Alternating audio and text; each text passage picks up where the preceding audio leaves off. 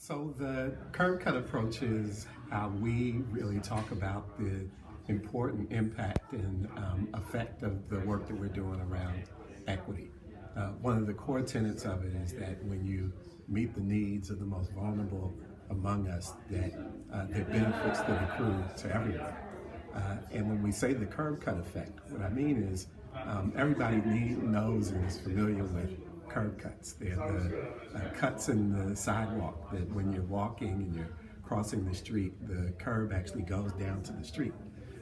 And those are actually the result of advocacy from the community that's working on behalf of people with mobile disabilities so that they can use the streets and sidewalks like everybody else can. But the thing that's unique about the curb cuts and why I think they're a good analogy to use in terms of the work we're doing and why meeting the needs of the most vulnerable benefits everyone is that everybody uses the curb cuts.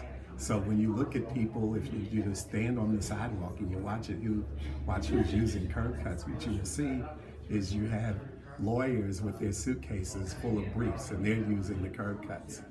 You can see the young woman with the baby carriage and she's using the curb cuts. Or you could see the catering company with their carts going from one event to another and they're using the curb cuts.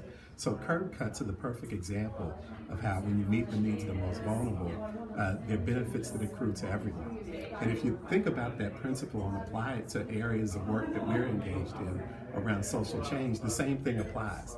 So if you think about a police department that realizes and commits to the fact that Black Lives Matter is probably a police department that treats everybody with dignity and respect. A school that is meeting the needs of the most vulnerable students within that school, usually those are students with learning disabilities of some sort. But a school that knows how to meet the needs of the students that have learning disabilities is usually a school that is meeting the needs of everyone. And so this notion of the curb cut effect is something that we use quite often to explain to people why we're doing the work that we're doing to meet the needs of the most vulnerable, because we think in the same way, meeting the needs of the most vulnerable has benefits for us all. There are three things that have been really important for us in terms of how we think about our work, and it's helped us in terms of advancing our work around racial equity. The first is being grounded in the stories and the experiences of community itself.